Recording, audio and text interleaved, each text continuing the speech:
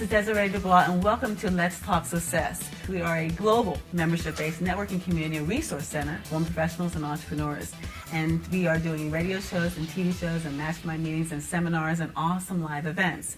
And today I have the pleasure of introducing Laura Neubauer, who is the founder of Deliver It. And she's one of our speakers for Let's Talk Success. Good afternoon, Laura. How are you doing today? I'm doing great, Desiree. Do you feel empowered? I'm always feeling empowered. Yay! You always look empowered, and you do come across that. You have a great, fantastic story that you shared with us before. Can you share with us again? Absolutely. Deliver It's an overnight delivery company, and I compete actually with the two most recognizable names in America, UPS and Federal Express. And I started from acquiring some small companies and taking over the Southern California market, and now we're throughout the 5 Western United States.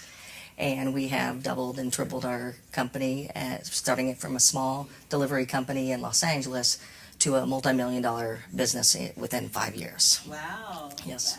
That's Yeah. huge. Within 5 years. Yes. So as a child, again, the same thing, would you imagine yourself being in this business? Were you always an entrepreneur? Always an entrepreneur, not so much the transportation industry. You know, people think Deliver It's an overnight success, and I've actually had several failed businesses before I started Deliver It.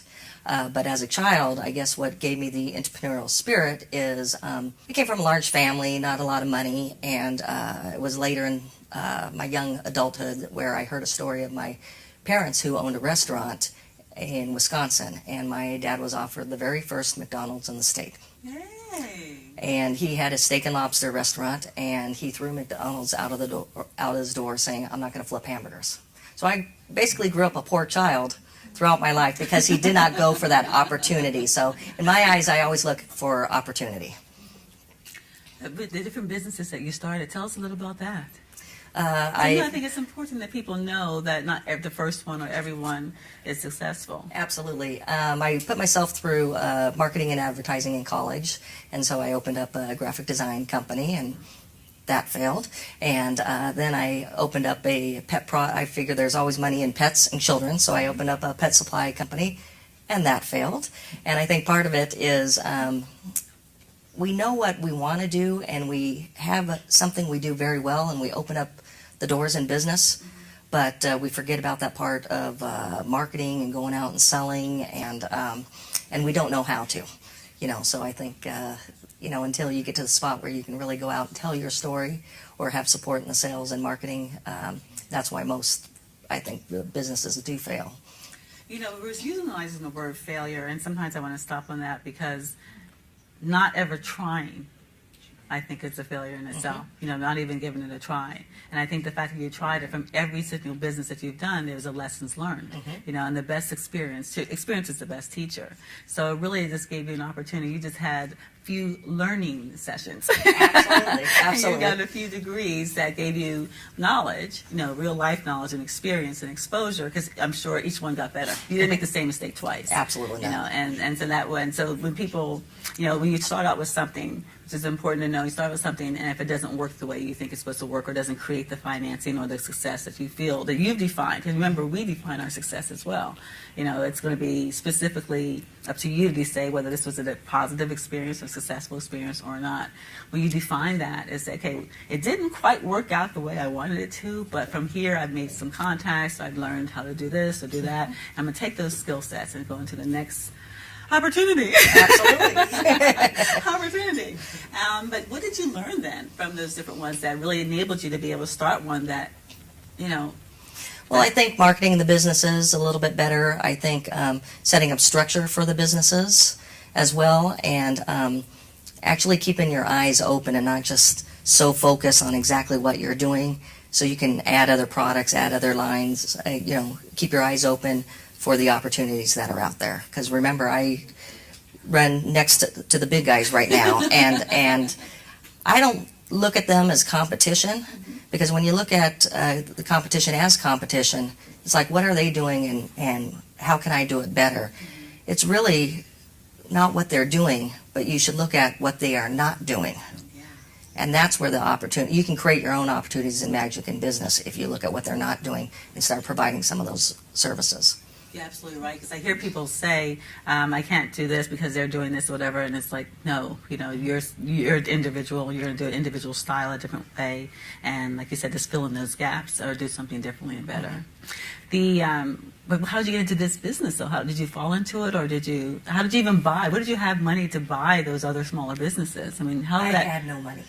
I had no money. I actually put myself through college as a driver, and then I just kind of advanced in different executive positions through several companies. Okay. And then finally I was given an opportunity to buy a few delivery companies in Los Angeles. And I negotiated a great deal because I had zero money. That's a great deal. But part of the problem with acquiring businesses is you don't grow into your expenses. Your expenses are established. So with that, if you have no money, problems your first month, your first year, what have you. So my first challenge and problem was a bank payroll of $40,000 with $4,000 in the bank. All right. Okay, so, That's enough. How did you do this? yeah, so basically I thought my company was going to crumble within the first 30 days I had acquired it. And so it was Friday, $4,000 in the bank. Monday was a payroll for $40,000, and I went to the bank, almost robbed it, but that would be a bad idea. So came home and cried for a couple of hours, and then I figured I better be a big girl and start taking care of the problem, and called, my friends, my family, everybody in my Rolodex. Sometimes I called a few people on those business cards of people you just met that week, and asked them for help and assistance. What did you say? What did you actually say? I told them the story that I was in trouble and I needed help right now, and no one helped me that Friday night. So I did the next thing and I went to Las Vegas. No, I really want to know. I didn't earn the $40,000, but I did make a dent in it. But when I came home on Sunday evening, there was a voicemail that said, "Laura, I understand you're in trouble and you need help, and I'm going to help you." And that was probably the best business lesson I learned, is when you do need help, go out and get it. Don't think you're all big and powerful and can take care of it yourself, because there are people out there that will help you. Was that a person that you knew previously, or a person you Yes, just... It was? yes. Okay. Wow. Wow. Because, that's just so touching. I'm going to know about Vegas, too, but... Where did you look? I think we all could use that lesson. Yes. But that's touching, because that's where a lot of us fail, because we just think ourselves, because we just either too proud, like you say, or just we don't think that people will help us, or we don't think it's their problem, or it's hard. It's hard. Women are naturally givers, I think, for the most part. We're better givers than we are asking for help. Yeah, and it's difficult for people to ask for help. It But is. if you change the psychology that people want to help, and people feel honored when you call them for help, that they are special in your life, that you would actually call them to help you. So it puts them in a different place in the relationship scale, of your friendship. So. Great, that's awesome. Well, that covered us part of that one of the challenges, for sure. That challenge. Was there any other challenges you had along the way? Because again, you are competing, or you're not competing, but you're butting up against really two big monopolies. When that come in your mind, is that? Not so much as that as a challenge. I think the industry constantly has challenges because electronic files, email, things of that nature. Electronics. Electronics. So you always have to go out and find the new opportunity. When I started my business, it was basically I serviced financial institutions and mortgage and real estate, and that was in 2005. Uh-oh. And if I did not look for the opportunity, I would have been out of business in 2008. But we diversified our client base and went heavy into medical and other product type delivery lines. Great. Yeah. So along this road, I'm sure you've had certain victories, celebrations, and like aha moments, or like, yes, finally. Share some of those with us. Well, I think some of the victories is just overcoming the recession and actually showing growth through that period and not shrinking through that period. I think some of the victories is we have constantly grown our company, grown our driver base, has never been on a reduction and has been able to, feed families and support families, I think is a great measurement of success there as well. And I think some other successes come from, being successful in business and just doing some really cool things that the big boys aren't doing, and known as kind of like a little cooler company, I guess. I have to do that because I'm not in a sexy business. Envelopes and boxes are not sexy, so we got to try and make it sexy, which makes us a little bit different there. And so, we just have a great business running next to them, and I think my staff, if you talk to any of them, they talk like they own the business. So that's very successful that they bought into the philosophies of the business itself, and you could talk to them and they would talk back to a customer or client that they own the business. That's huge. It's huge that you have a team like that. You have most of the people have been around for a while? Since the start of the company. Wow. Yeah. Wow. That's pretty powerful. Yeah. And so some successes you've had is like winning 2 games out of 3. Yesterday, we won 2 games out of 3. So that's your other side. That's your personal side, your Yes. balance. So tell us a little about that, because I think it's really exciting that you're involved in that area. Well, I'm a big supporter of youth sports. I coach, I mentor young women.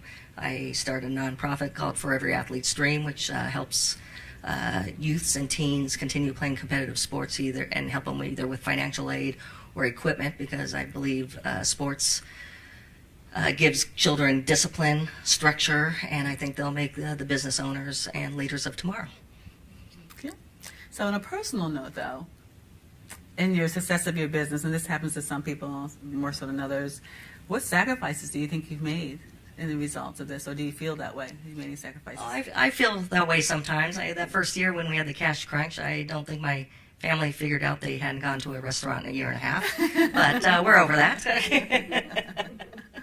Yeah, so there's some sacrifices there, but with running a family and having time for myself and time for my business, I think it's important to schedule it, and time for yourself should be on your schedule, and don't break it as if it was an appointment with your most important client.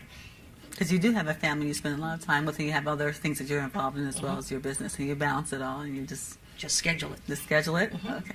So, secrets to success. Things that you have seen that, even things that you may have, if you'd known better, you would have done better, or now knowing going forward that you'd advise everyone with.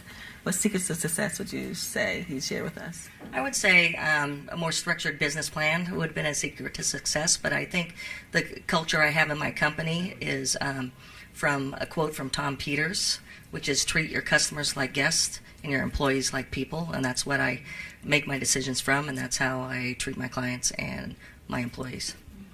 So when you say more structured business plan, I mean, do you mean like really have a business plan that you go through consistently and follow, or do you mean just really be organized in business, or really have policies and procedures in place? I think a combination of the both, because I'm still learning in that, because I'm an entrepreneur and I go for the next shiny thing. So I'm trying to preach basically to myself as much as the audience as well.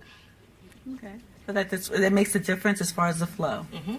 It's a difference as far as the flow. And what else? Anything else?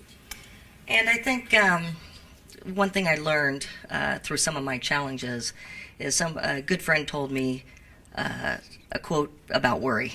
And they said, worry is about an event that hasn't even happened yet. And most of the time, that event never happens. So over the past 4 years, I have not worried one bit. Wow. So if you remember that, you won't worry. Really? Great. Well, you look beautiful and you look energetic, and I guess you don't look like you're worrying about anything. So No, I'm having a good time. This works. Okay, so your empowering thought you'd like to leave our listeners with today. My empowering thought is have a whining partner that will help in business, and don't think you can do it alone. So go out there and empower more people. Well, thank you. Thank you. I want to thank you for joining us today. This has been An Empowered Woman. Let's talk success. And for more information, feel free to visit us at anempoweredwoman.com. Hopefully, we'll see you again. And until then, stay empowered.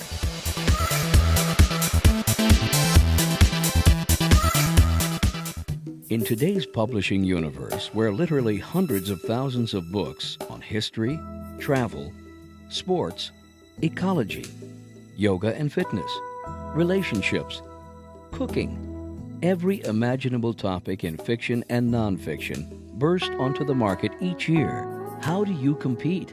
Ellen Reed knows, and she's sharing many of her most valuable book shepherd secrets. There are plenty of how-to books that take you through the process of writing, laying out, and printing a book. However, Ellen Reed's Putting Your Best Book Forward opens up a whole new world to authors.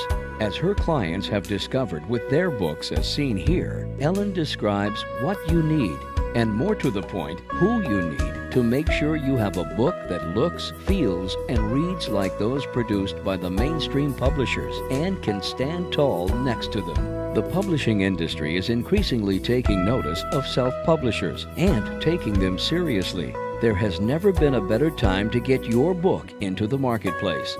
Now you can know what Ellen Reed knows about producing books, and one of the biggest secrets she reveals is right on the cover, that you must put your best book forward.